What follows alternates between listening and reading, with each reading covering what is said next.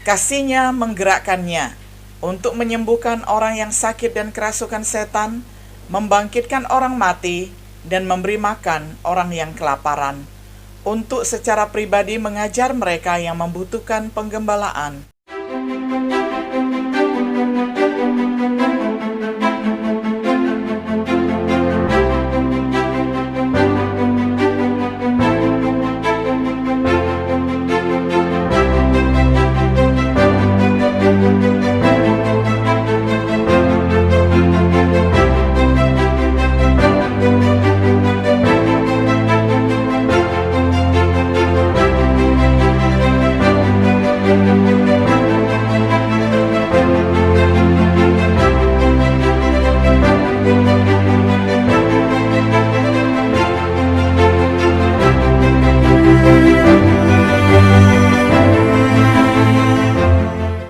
Shalom Sobat Setia yang dikasihi oleh Tuhan. Jumpa kembali di dalam acara Renungan Sahabat Setia. Pada hari ini kita tiba pada episode yang ke-42 di dalam serial pembahasan kitab Matius dengan tema Tergerak oleh Belas Kasihan. Saya akan bacakan untuk kita semuanya firman Tuhan dari Matius 9 ayat 35 sampai 38. Demikianlah Yesus berkeliling ke semua kota dan desa. Ia mengajar dalam rumah-rumah ibadat dan memberitakan Injil Kerajaan Surga, serta melenyapkan segala penyakit dan kelemahan. Melihat orang banyak itu, tergeraklah hati Yesus oleh belas kasihan kepada mereka, karena mereka lelah dan terlantar seperti domba yang tidak bergembala. Maka katanya kepada murid-muridnya, "Tuaian memang banyak, tetapi pekerja sedikit. Karena itu, mintalah kepada Tuan yang empunya tuaian, supaya ia mengirimkan pekerja-pekerja untuk tuaian itu." Sampai sedemikian jauh pembacaan firman Tuhan dari Matius 9 ayat 35 sampai 38. Sahabat setia terkasih, masalah utama penginjilan hari ini adalah kurangnya motivasi. Banyak orang Kristen tampaknya kurang motivasi untuk mengajar orang lain. Tahun-tahun berlalu dan sedikit yang dilakukan untuk membagikan Injil. Daripada direpotkan oleh fakta ini, banyak yang hanya mencapai keadaan berpuas diri. Namun motivasi adalah uap yang menggerakkan kereta. Dengan motivasi yang tepat, seorang Kristen akan berusaha menyelamatkan yang terhilang. Bahkan jika mereka tidak tahu caranya, mereka tidak akan beristirahat sampai mereka telah melakukan sesuatu yang membawa orang lain kepada Kristus. Apa yang memotivasi Yesus untuk menyelamatkan yang terhilang? Apa yang mendorong dia untuk datang ke dunia ini? Apa yang mendorong dia untuk pergi dari kota ke kota dengan Injil Kerajaan? Apa yang menggerakkannya untuk menanggung rasa malu dan kesakitan sekarat di atas kayu salib? Beberapa faktor dapat dicantumkan. Tujuannya yang kuat untuk melakukan kehendak Bapa. Yohanes 6 ayat 38. Kasih Bapa yang ingin dia bagi. Yohanes 15 ayat 9, pasal 17 ayat 26. Dia mengupayakan mereka yang terancam masuk neraka supaya dapat diselamatkan. Matius 10 ayat 28. Sukacita terletak di hadapannya, membantunya menanggung penderitaan di atas kayu salib. Masing-masing faktor ini dapat membantu memotivasi kita juga. Tapi ada satu faktor yang disebutkan dalam teks untuk kita belajar hari ini. Teks kita adalah Matius 9 ayat 35 sampai 38 yang sudah kita baca, di mana kita membaca tentang pelayanan Yesus yang sedang berlangsung. Perhatikan ayat 36. Ketika dia melihat orang banyak itu, tergeraklah hatinya oleh belas kasihan. Belas kasihan bagi yang terhilang. Mengapa banyak orang Kristen tidak secara aktif berusaha menyelamatkan orang lain? Untuk membantu menjawab pertanyaan ini, pertama-tama mari kita lebih dekat memperhatikan belas kasihan Yesus untuk yang tersesat. Yesus memiliki belas kasihan untuk yang tersesat.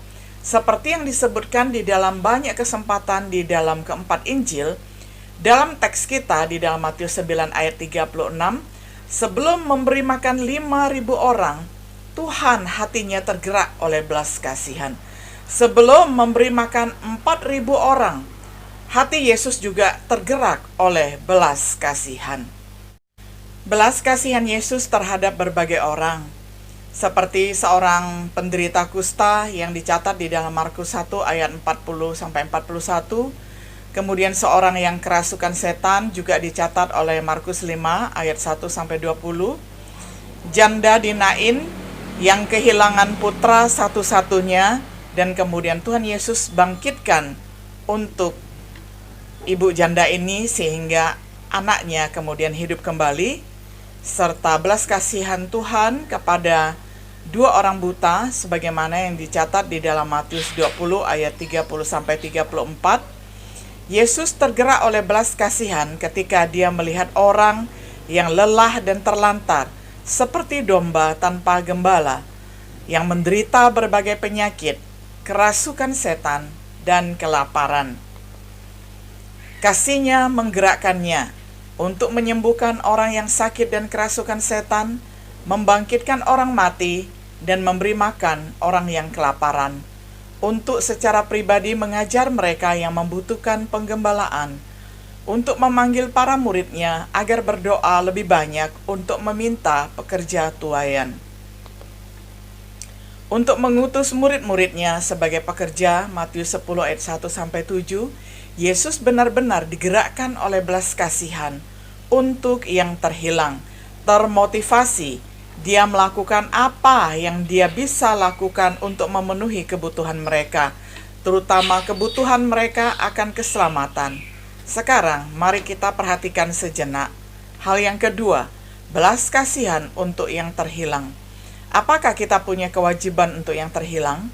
Apakah kita tergerak ketika kita melihat banyak sekali orang yang tanpa Kristus, seseorang yang terhilang di dalam dosa? Bisakah kita mengatakan bahwa kita memiliki belas kasihan bagi yang terhilang? Apa yang kita telah buat? Tidak ada upaya untuk mengajarkan Injil kepada seseorang? Sedikit usaha bahkan mengenal mereka yang terhilang? Apa yang telah kita lakukan selama setahun terakhir bagi yang terhilang? Jawaban atas pertanyaan ini mengungkapkan banyak hal tentang belas kasihan kita. Apakah kita senang dengan jawabannya? Bagaimana kita bisa mengembangkan belas kasihan? Apakah ketidakaktifan kita menunjukkan kurangnya belas kasihan? Apakah terbukti bahwa kita belum begitu peduli dengan yang tersesat sebagaimana mestinya? Apa yang dapat kita lakukan untuk mengembangkan belas kasihan kita seperti Tuhan Yesus?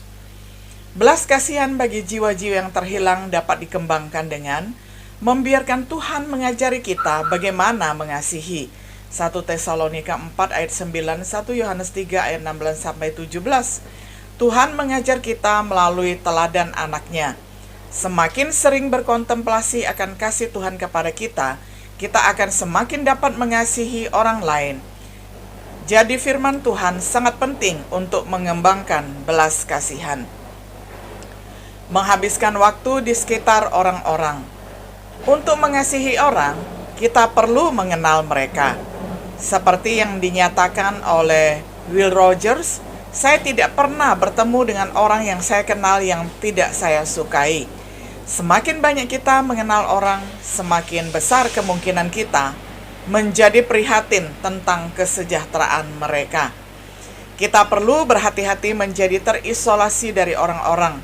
Kemajuan teknologi tertentu dapat menjadi penghalang keluar dan bersama-sama orang-orang. Misalnya dengan orang yang suka nonton televisi, nyaman di dalam ruangan ber-AC, asik dengan komputernya, atau sudah kecanduan dengan gadget sehingga menjadi asosial, tidak suka bergaul di masyarakat. Ingat, Yesus sering tergerak oleh belas kasihan ketika berada di antara orang banyak dan individu-individu. Bagaimana belas kasihan dapat menggerakkan kita untuk melakukan sesuatu seperti mengajar orang lain? Tidak bisa mengajar, maka belas kasihan harus digerakkan, harus menggerakkan kita untuk belajar untuk mengajar orang lain, mengatur agar orang lain diajar, seperti yang dilakukan Filipus untuk Nathanael, Yohanes 1 ayat 45-46, seperti yang dilakukan Cornelius untuk keluarga dan teman-temannya, Kisah Para Rasul 10 ayat 24 dan 33. Berusaha melibatkan orang lain dalam menyelamatkan yang terhilang, dengan berdoa agar Tuhan mengirim lebih banyak pekerja untuk menuai tuaian yang sudah menguning di mana-mana. Ini adalah sesuatu yang dapat dilakukan semua orang. Bahkan jika kita belum bisa mengajar, kita bisa berdoa. 2 Tesalonika 3 ayat 1. Dengan mengutus orang lain untuk mengajar, Yesus melakukan lebih dari sekedar mengajar dan berdoa. Dia melatih dan mengutus keluar murid-muridnya. Kita juga bisa terlibat dengan mengirimkan orang lain, mendorong pelatihan bagi mereka yang mau mengajar, mendukung secara finansial mereka yang pergi untuk mengajar. Kesimpulannya, tanpa belas kasihan bagi orang yang terhilang, tidak ada uap, tidak ada dinamisatornya, tidak ada kekuatan yang bisa menggerakkan. Kita mungkin memiliki pengetahuan dan kesempatan untuk mengajar orang lain, tetapi seperti kereta di rel tanpa uap, kita hanya akan duduk di sana. Itukah yang kita lakukan sehubungan dengan penginjilan? Apakah kita kekurangan tenaga yang diperlukan untuk pekabaran Injil? Dengan belas kasihan bagi yang terhilang, kita tidak akan beristirahat sampai kita melakukan sesuatu. Ini mungkin tidak sama dengan yang lain, tapi itu akan menjadi sesuatu. Jika kita tidak tahu bagaimana atau apa yang harus dilakukan, belas kasihan akan memotivasi kita untuk terus mencari, belajar sampai kita menemukan sesuatu untuk dikerjakan. Karena saat uap menyala, kita tidak akan puas sampai kita mulai bergerak dan melepaskan uapnya, seperti yang Yeremia katakan, "Tetapi apabila aku berpikir, aku tidak mau mengingat dia, dan tidak mau mengucapkan firman lagi demi namanya, maka dalam hatiku ada sesuatu yang seperti api yang menyala-nyala, terkurung dalam tulang-tulangku. Aku berlelah-lelah untuk menahannya, tetapi aku tidak sanggup." Yeremia 20 ayat 9. Semoga teladan Tuhan kita Yesus, firman Tuhan yang benar, yang oleh belas kasihan menggerakkannya untuk menyelamatkan kita, membakar hati kita sampai kita pun demikian tergerak oleh belas kasihan. Sobat setia yang terkasih, kiranya setiap hari ketika kita melihat ada begitu banyak orang terhilang di sekeliling kita, marilah kita memohon Tuhan memberikan kita hatinya seperti hati Yesus yang senantiasa tergerak untuk melayani mereka yang terhilang. Kiranya dengan memandang tuaian yang sudah menguning di mana-mana, kita senantiasa mempunyai belas kasihan untuk menyelamatkan mereka yang belum mengenal kasih Kristus. Selamat melayani dan Tuhan Yesus memberkati kita semuanya. Shalom.